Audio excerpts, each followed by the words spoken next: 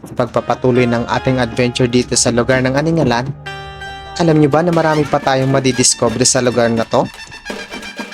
At alam nyo rin ba na meron ditong maliit na kuweba? Yung dadaanan yung hanging bridge, tapos medyo isa-isa lang daw, kay delikado nga tong area na to pag dito kayo kasi maliit lang, syempre yung kayang volume lang ng aakyat dito, so dapat malakas loob mo. Ito daw na lugar na to ay laging inaakyatan ng mga magkakaibigan at magtutropa. At syempre, inalam na din natin ang istorya nito kung bakit ito tinawag na Igbaklag Cave. Magkasintahan daw sila. Yung matagal na nagkatuluyan sila, kaya na tinatawag na Igbaklag Cave. Tara na, samahan niyo ako guys sa panibago na naman nating adventure dito sa Igbaklag Cave ng Aningalan, San Remigio, Antique.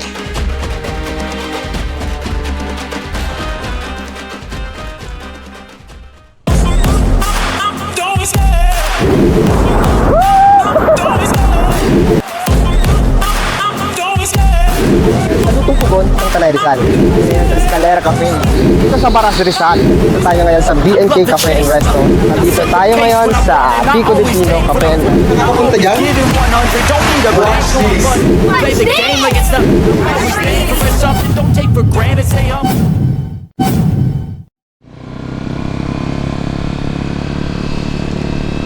Welcome to my guys!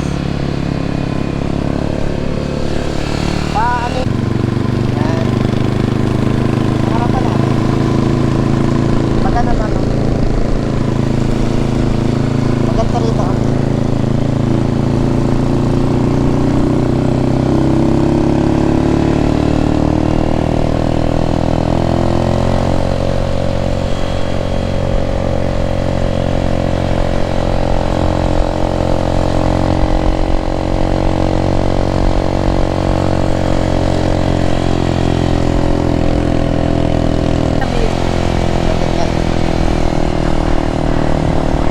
Dahil walang nag-picture sa kanila, tripod ang gamit.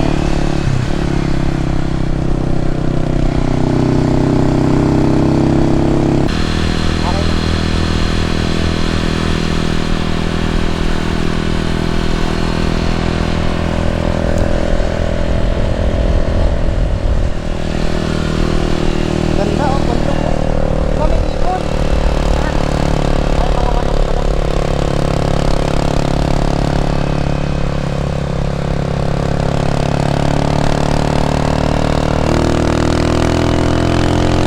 Ganda, oh. Okay yung daan dito.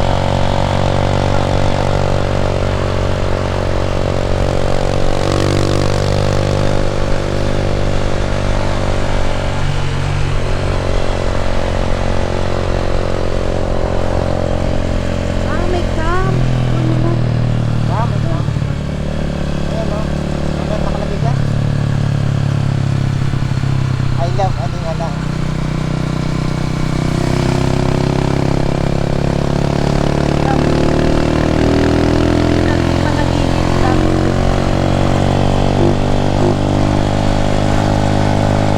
Kaming tour guys. Hi!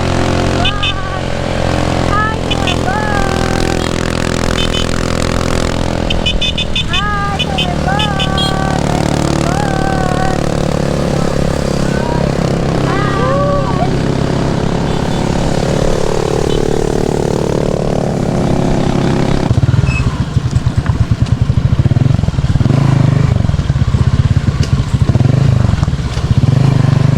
Tumawag, eh. Meron pa? Ubusin na lang to. Kasi Aray ko. so ito na yung papasok guys, papunta dun sa Igbaklag Cave. Medyo may unting ano lang, Rough road. off road, pero mga 50 meters, mga ganun. Mga 100 meters ata. Lumampas kami guys. Lumampas kami guys.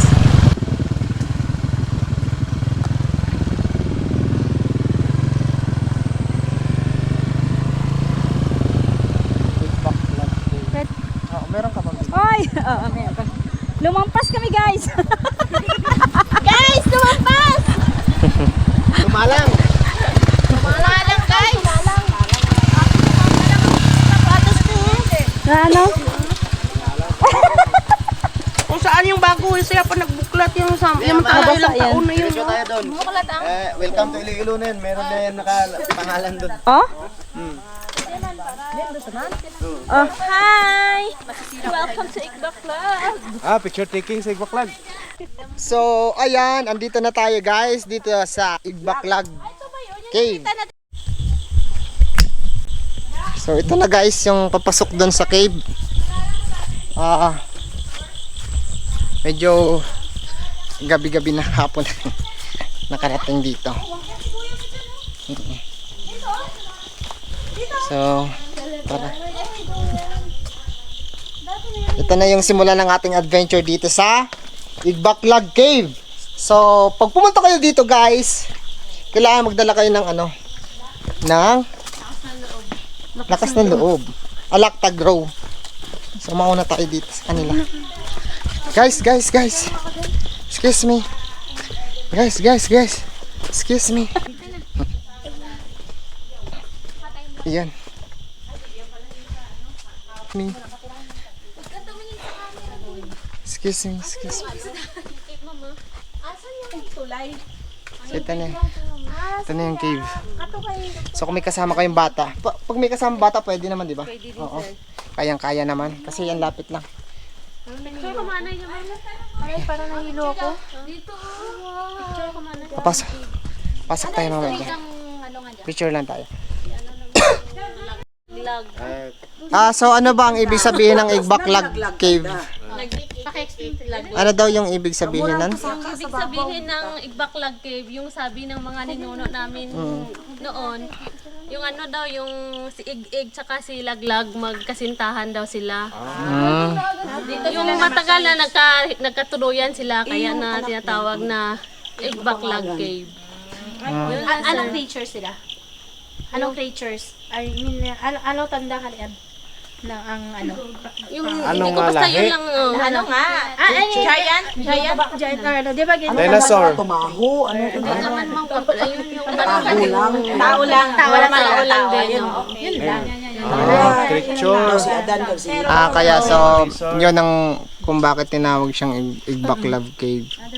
So yun daw ang ibig sabihin nun nung unang panahon, kaya siya tinawag na gano'n. Yun lang, sabi-sabi. Mga sabi-sabi Mga pa lang. sabi-sabi. Pero yung ano na history about the Igbaklag Cave, wala po kayong ano. Wala pa. So, At least, di ba? so alam natin, may ito yung background niya kung bakit siya natawag Igbaklag, di ba? So dahil nga din sa mag-asawa ba yan? Kasintahan. Yung nagkatuluyan sila, kaya na sila tinatawag na Igbaklag Cave. Live-in partner pala. So, yung mataas, yung si Ig, ganun. Parang ganun din. So yun guys, pasok na tayo dun sa loob ng kuweba, no? Para makita natin kung ano meron sa loob. Let's go. Ay, thank you. So yan, excuse me. Pauna naman. Pauna. Kay ma'am. Hello ma'am. Hello. So dito tayo dadaan. Sige ma'am, mauna po kayo. Para Isa lang mga mag-agid yan. Isa-isa lang daw. So may daanan pala dito guys. May daanan dito bago tayo pumasok, no? Yung dadaanan yung hanging bridge. Tapos medyo isa-isa lang daw. Kay delikado nga tong area na to. Pag dito kayo kasi malit lang. Syempre yung kayang volume lang ng aakyat dito. So dapat malakas loob mo. Anyway, di naman masyadong ano. Pero syempre, simpleng adventure na rin to, no? Papasok tayo na. Okay ba? Yeah. So yan. Ito siya sa loob. Yan. So, Dito, tinatawag namin ni Sir na balcony. Ayan, Sir, no? ito, balcony. Dahil parang balcony siya. Pwede siya pupuntahan. Pwede, Sir. Ha? Pwede. Yan, lamig ano. Lamig. Yan. So dito simula dito sa taas. And then, doon tayo galing sa baba. Yan, matatanaw natin doon. Pero doon sa kabila naman, mamaya papakita ko sa inyo yung yung view naman doon sa baba. So, ito daw ang tawag dito is balkonahe. So, tara, doon tayo sa kabila. Yeah. Yan, sir. Dito naman. Kita mo yung sa taas, sir. Yung parang pinapatong na bato. Ay, okay. Ayan. Ay, oo. Ano? Ayan. Kita doon sa loob, oh. Ah, sa taas. Ito daw yung... Ano tawag naman dito sa part na to? Yung ano sa parang natural lang na bato, parang pinapatong. Yun yung sa tawag dito. Oh. Ang ganda. Ang ganda ng pagkagawa ng nature. So, ayan. Ayan. Dito wala na dito. Yan na, sir. Makita mo parang ano siya dito. Lumalabas yung malakas na hangin minsan. Parang aircon. Oo. Ayan. Ayan. So, dito daw sa part na to. Yung hangin galing sa labas. Dadaan dito para ma-feel natin yung lamig.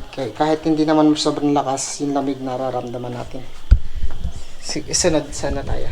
Dito pa, ano, sir, pababa. Pababa na. Wala Sige, nang balkon dyan. wala po kayo. Ayan yung balcony, ma'am. Tawa na tawa. Balcony, tapos ito. Dito ako, kuya. Pwede ka. Nag-akyat na ako. Nag-akyat na ako dyan. Okay. Tapos dito, sir, bawal yung malalaki dito kasi masikip yung daanan. Ay, bawal daw dito yung malalaki. Uy, okay na, sir. Hindi naman sobrang malaki nila. Grabe siya. Joke lang. Joke lang yun ate. Ayan.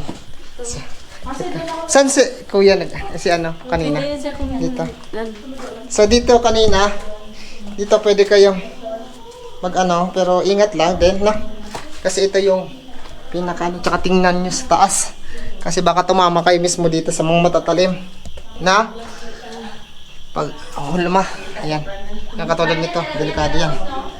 So ayan, dito na tayo. So ayan guys, nandito tayo.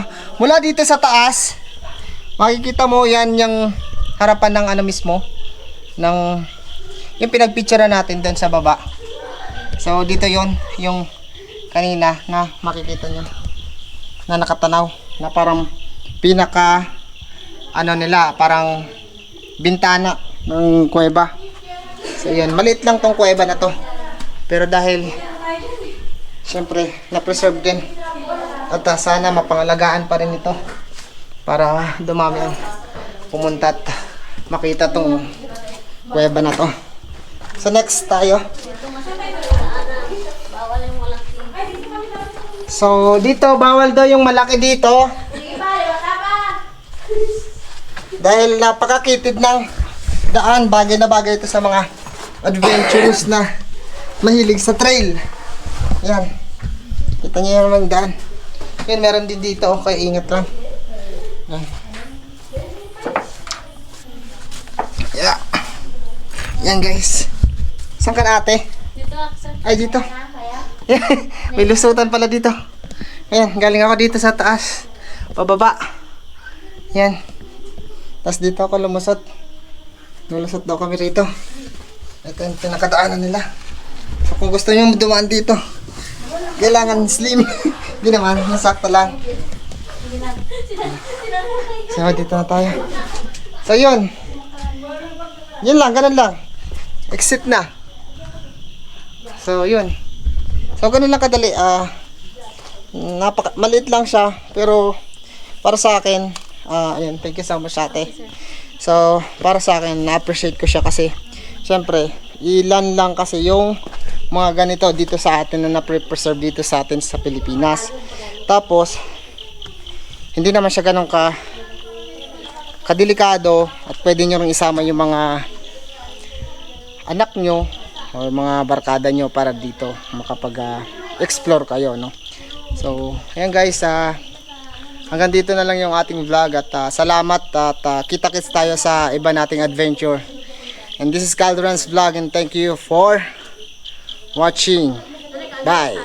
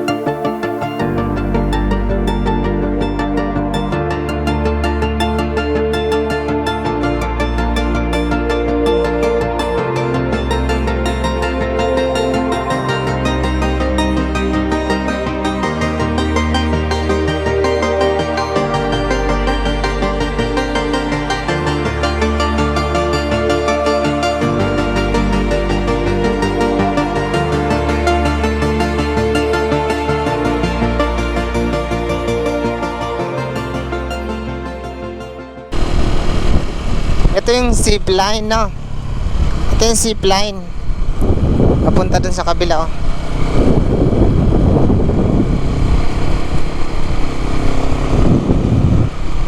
Ano kaya yan? School? Ano yan?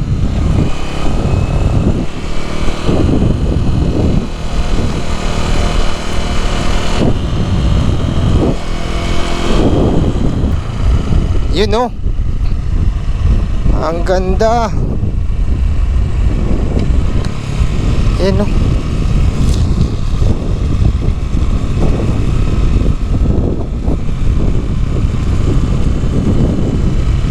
Blue yung langit. Ayan guys, ito yung part na to. Hindi ko na i-feature sa inyo kasi ano pa to, yung rafflesia, yung malalaking bulaklak na meron lang dito sa Antique. Dahil hindi pa siya tagbulaklak ngayon, kaya hindi ko sa inyo na i-feature siya. Pero dyan yun sa part na yan.